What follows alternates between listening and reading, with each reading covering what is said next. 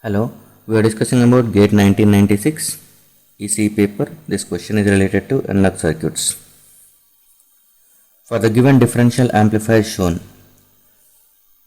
parameters are given: beta is equal to 100 and Vt is 26 millivolts, Vb on 0.7 volts, Vc saturation 0.1 volts. Determine the values of Rc and Re to meet the following specifications. What are that one? Double-ended differential mode gain is 500, common mode rejection ratio CMRR, that is also 500, and differential mode input resistance of 2 mega ohms. And second one, we are going to calculate what are the minimum values of VCC and VEE such that the transistor remain in forward active region, that is normal active region only, under zero signal condition. That is, they must be biased such that they must operate in active region. So that what will be the values of VCC and VEE? Assume DC common mode input is 0. So first we will calculate this one, second one, first one A. So remember it, you must remember three important formulas for the differential amplifier. One is differential mode gain, AD. Differential mode gain is nothing but GM into RC, and common mode gain AC is equal to minus alpha RC divided by 2 times of RE. Alpha is nothing but common base DC current gain. So common base DC current gain, it will be around 1 only, 0.98, okay, typical value. So this alpha is more nearly 1. So AC will be always treated as minus RC divided by 2RE. And common mode rejection ratio is AD by AC. Okay. And one more thing is nothing but input impedance ZI. Input impedance ZI is nothing but input impedance between these two terminals. If you are looking at in this way, input impedance across these two things is generally, for a differential amplifier, current flowing through this one is going to be treated as constant. A constant current is going to be flowing through the emitter. So while calculating effective resistance, remember it, while calculating effective resistance, current sources will be gets open circuited and voltage sources will get short circuit. So because of that reason, okay, it will be act as open circuit. That is, this will be looks like it is not connected. So now the current is going to be flowing in this direction if you apply any external voltage. So total resistance, that is input resistance between these two nodes, differential input resistance is nothing but across input resistance across these two nodes, which is ZI. That ZI can be calculated as resistance across base and emitter of Q1, resistance across base and emitter of Q2, sum of these two things, which will be treated as R pi and R pi. Using R parameter model, we must use R parameter model whenever H parameters are not given in the question. So that input resistance across base emitter junction is R pi whenever you are looking into base. So as you are looking into base for this one, that will be replacing with R pi. Here is R pi, here is also R pi. So total resistance is nothing but sum of these two things. So Zi is equal to 2 times of R pi.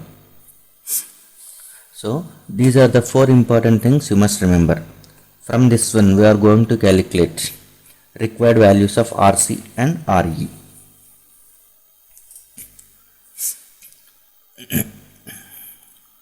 And Zi is given as 2 mega ohms. Differential mode input resistance of 2 mega ohms.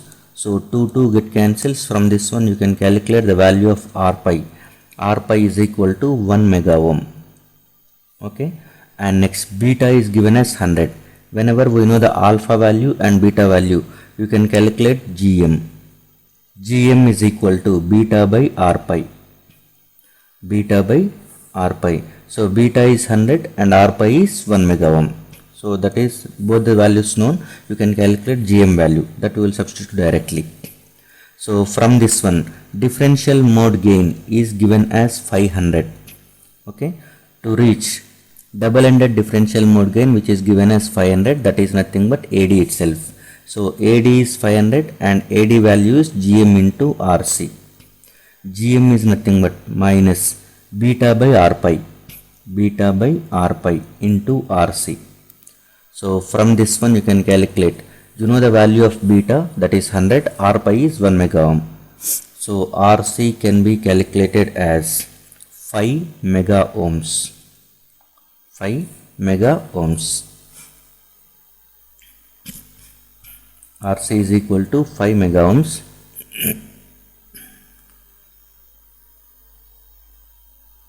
Is it 5?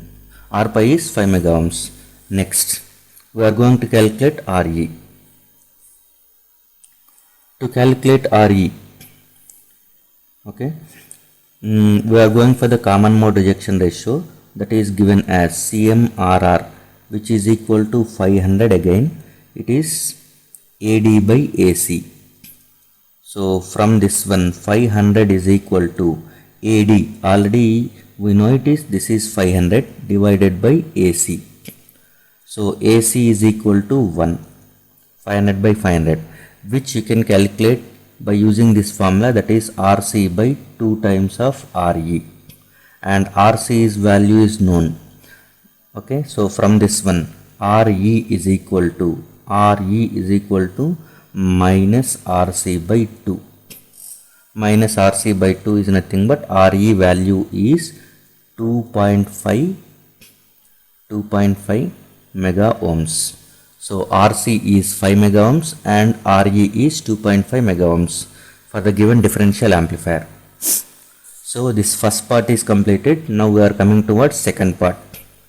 What is the minimum value of VCC and VEE such that the transistor is operating in forward excuse me, forward active region under zero signal condition. Under zero signal condition, the meaning is nothing but input signal Vs, or in terms of differential input signal, is going to be treated as 0. Okay. So VID, differential input mode signal, is going to be treated as 0. No input source is going to be applied. Zero signal condition means only we are going to consider DC biasing. By that time, what will be the values of VCC and VIE? So that both Q1 and Q2 are going to be operating in active region. Okay. So this can be calculated by using DC analysis. DC analysis is nothing but it will be treated as 0 and VI1 is also treated as 0. Okay. For DC analysis,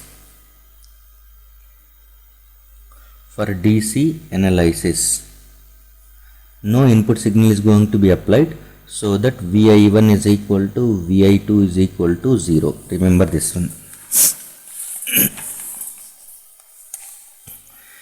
And next, okay, we are going to it has given that one VBE on under DC conditions. VBE on is given as 0.7 volts.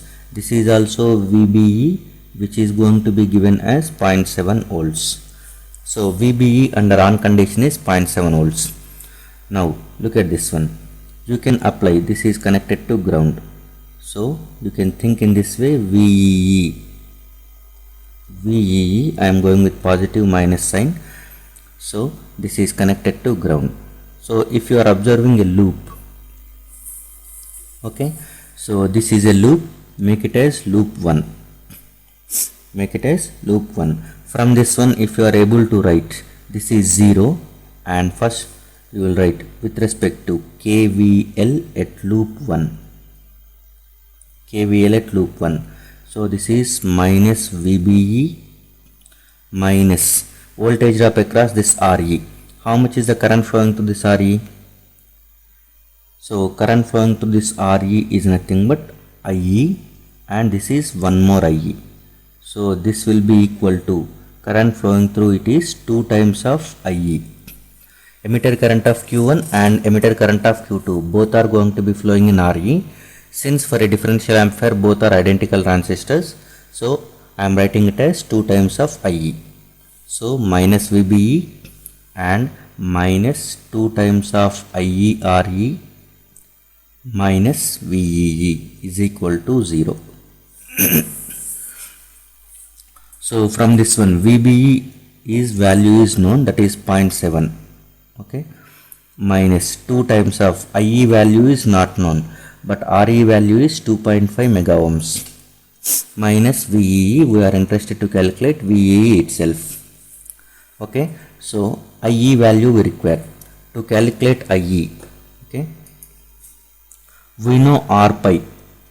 R pi is the resistance looking into base of a base emitter junction.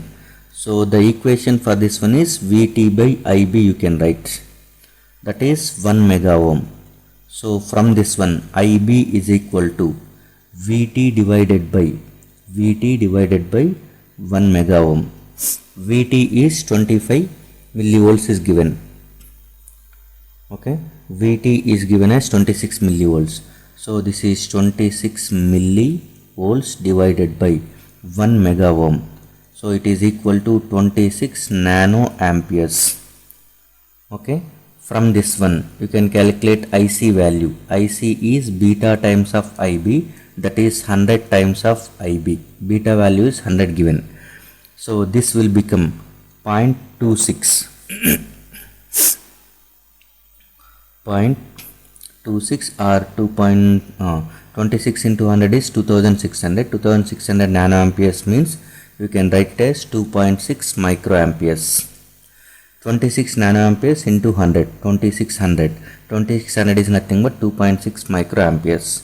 Okay, so IE is equal to IC plus IB.